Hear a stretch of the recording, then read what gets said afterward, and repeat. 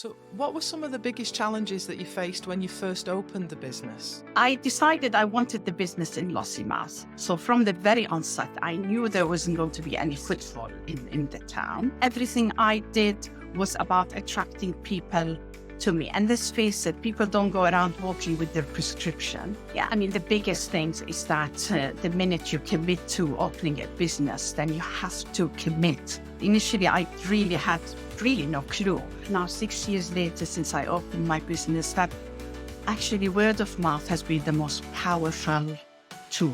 The journey of taking my customers through something I am very, very passionate about.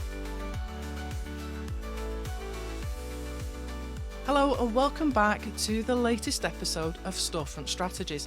Now, I'm delighted to be joined today by Amanda Nasser. Hi, Amanda, how are you today? Very well. How are you? I'm really good, thank you. What I always like to do at the beginning of an episode is get you to say a little bit about yourself and your business. Well, I'm Amanda from McClintock Optical Styling Boutique, which is based in Lossiemouth. I grew up in Palestine, and my mom is English and my dad is Palestinian. And I moved to Britain 40 years ago. And I did two sets of studies. Both are relevant to my business. I studied first to be a dispensing optician.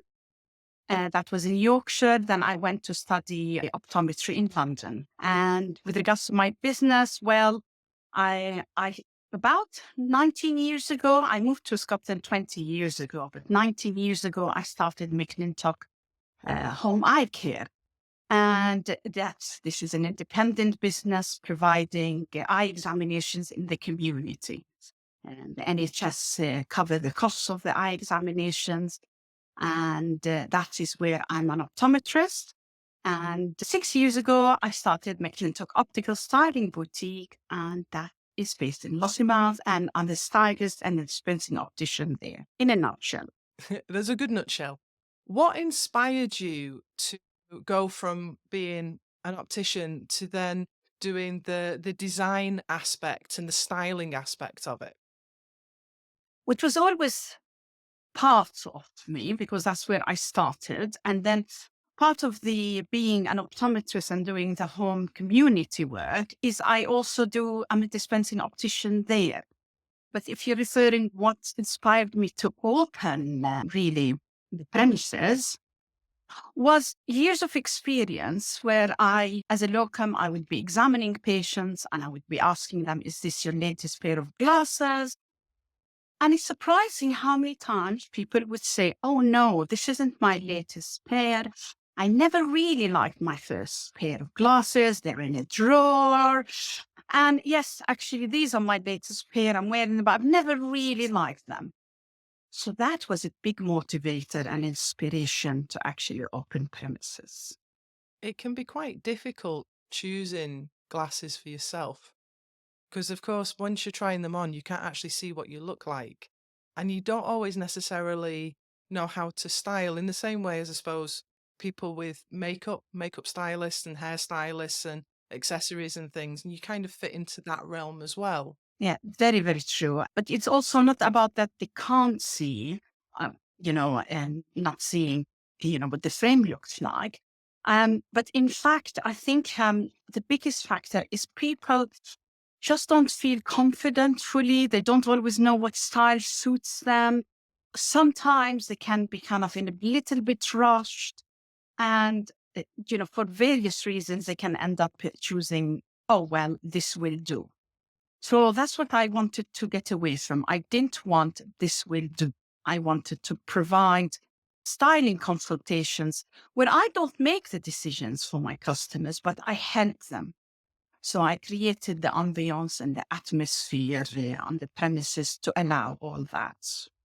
So, what were some of the biggest challenges that you faced when you first opened the business? I decided I wanted the business in Lossiemouth. So from the very onset, I knew there wasn't going to be any footfall in the town.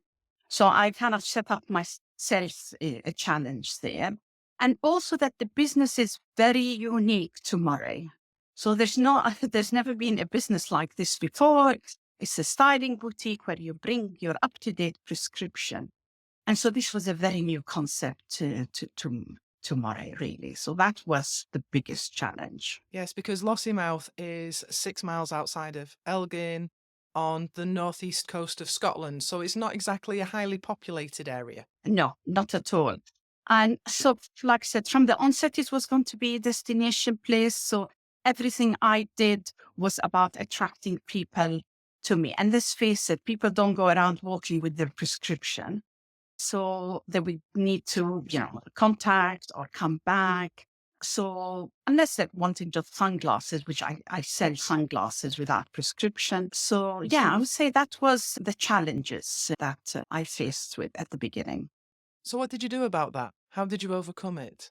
I think my whole conviction of the business, my whole experience and my vision, I just thought it's going to work. And I believe in taking risks. And I thought, well, if I don't try it, I'll never know. So it started from something as simple as, right, I'm going to make my window display stand out totally. So my window dressing is rather unique. So that turned heads. So that was just a local thing. And I got to be known, are you the lady with the windows? At one point, I was known as that. So I embrace that, and I still do very unusual window displays. I've entered competitions locally and nationally. And so that was one thing. The other thing was, which is one of the really big challenge, was social media. I was very, very new to it. So I didn't really much social media. So again, that was another way to reach people. I know that you've been quite good at stepping out of your comfort zone with things like social media and video and photography, because I've seen some of the content that you've put out there. Yeah. Like I said, initially, I really had really no clue. Overall, I'm a confident person. When it comes to videos, it's really bizarre just talking to a video. In fact, sometimes I feel I'm better live than videos. But I had an excellent mentor and coach, a local company, Alison Reed, and she really helped me really with the social media and persevered. And now it's become, I don't think about it. I go on video and I'm not supposed to do perfect because that's not natural. I'm very organic. So, but that's one of the ways I did reach, and I've really worked on my social media. Can you walk us through a typical day of running your business and what's some of the unique aspects of managing a local business compared to an online business, for example? Yeah, I mean, the biggest things is that the minute you commit to opening a business, then you have to commit to the hours you open. You put opening hours, and that is absolutely fundamental. You can't close at a whim. So I set my hours and I made them ones that I could manage. At the time, my daughter was younger, so I put in some very good hours and I don't close for lunch. There was unnecessary. We open 6 days a week. And at the very start, I had someone helping me on a Saturday from the local school.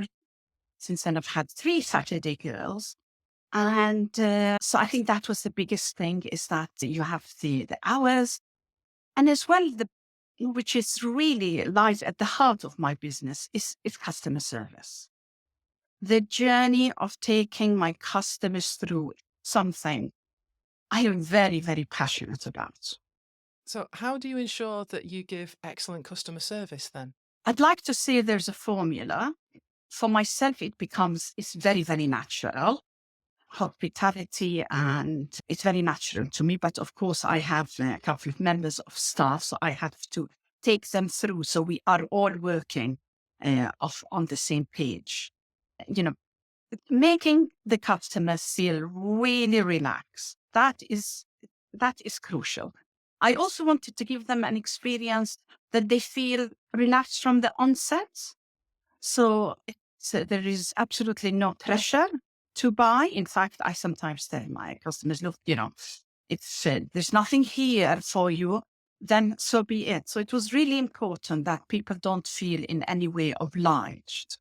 The customer journey, like I said, customers come in.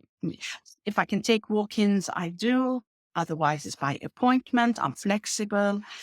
And it starts from showing them the refreshment menu and asking them what they would like to drink and putting them at ease, I think, and providing time. There is absolutely no rush. I think wearing glasses is a very personal thing. It's a part of your personality, really. As somebody who's worn glasses for nearly 40 years, and I think a lot of what you do is about building trust, that your client has to have that trust in you, that you're not going to send them out looking silly.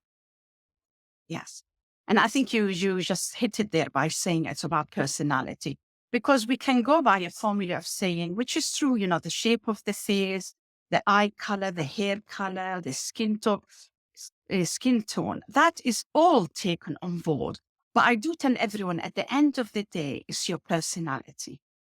You can't put a pair of really wacky colored orange pair of glasses on someone when they don't even wear color. So I think it's really important to take that into consideration.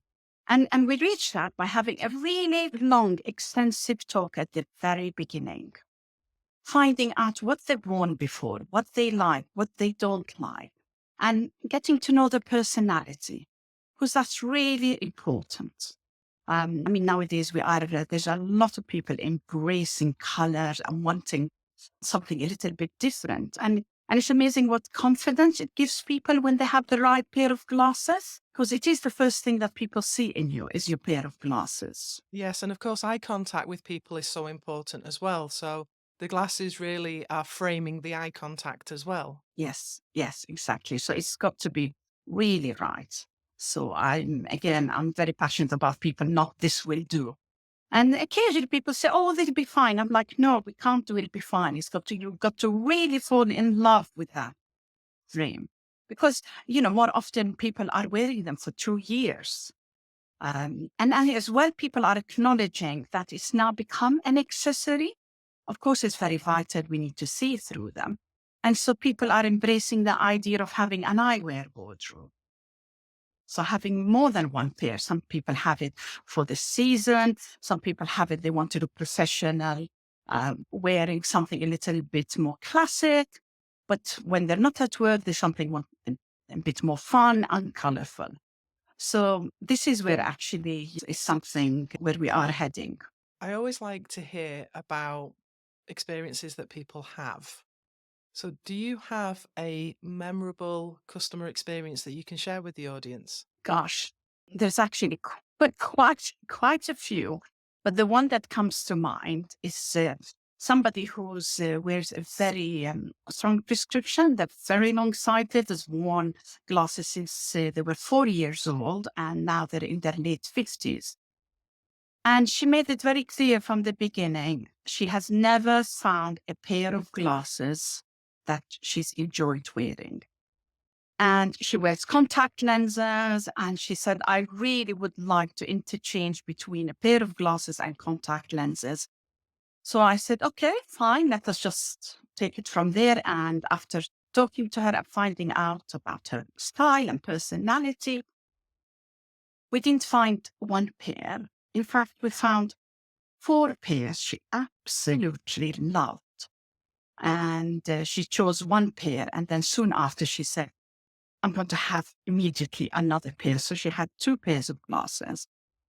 And this is somebody who, can't see more than 50 centimeters in front of you. So the glasses are a really, really vital part, for vision and seeing.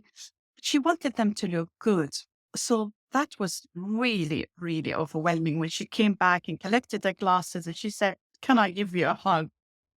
And that was just so, so lovely. She absolutely loved her glasses and wrote to me since then saying how fantastic she feels. And now that she hardly wears her contact lenses. So that's quite a transformation. Certainly is.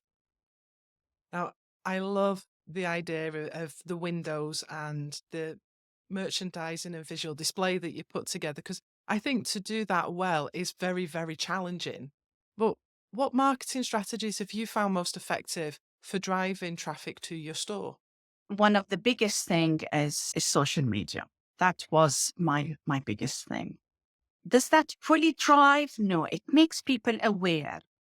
because like I said, you need glasses every 2 years. So I'm on the radar through the service that I provide. And really, over time, I've got to realize now, 6 years later, since I opened my business, that actually word of mouth has been the most powerful tool.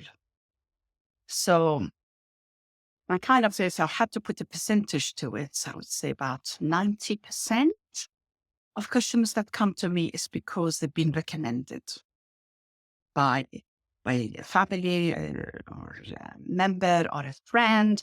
Or I've been told that the people have stopped people and said, "Oh, your glasses, I love them. Where did you get them from?" And the next thing they say, "Oh, are you wearing glasses from McClintock?" So that's quite funny. I find that quite endearing.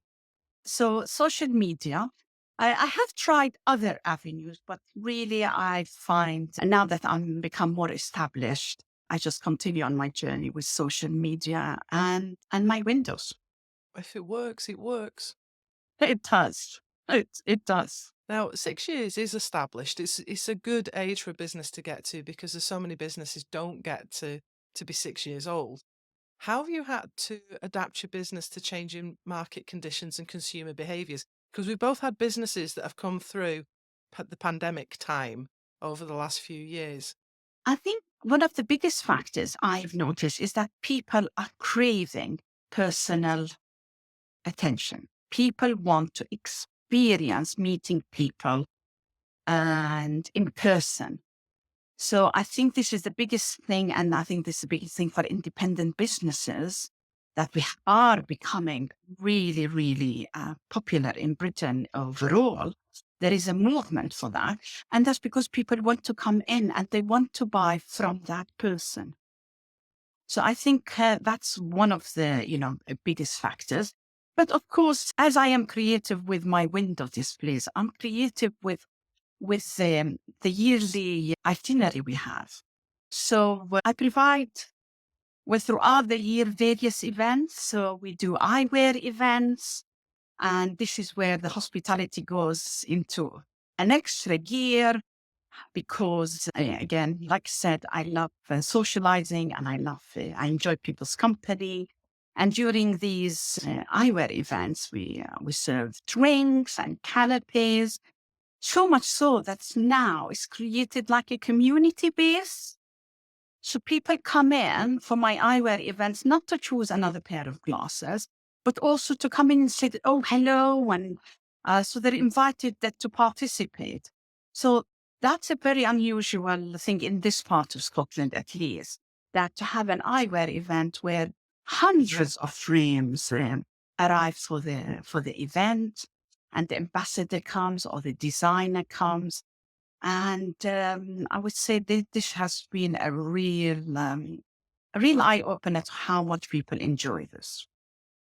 I think you absolutely excel at making people feel special. It's not that difficult because it sounds corny, but every person is special and every person is unique.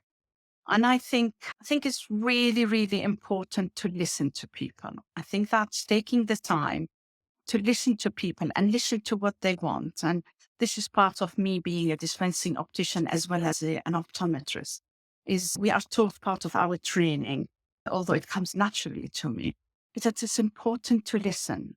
It really is important to listen to what, and sometimes people they come wearing conservative glasses and they say, "Oh, well, I might want a little change." And what they need is just a little bit of guidance to go slightly out of the comfort zone, but that they're still comfortable.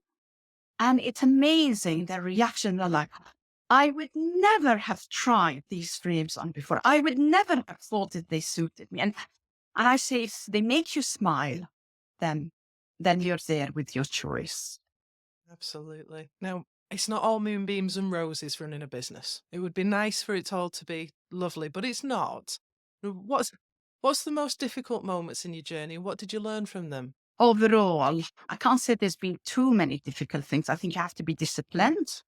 You have to be disciplined that you now are opening, you have opening hours and you have to respect that. I think that's very important. I think the biggest thing was during the pandemic where we did have to close.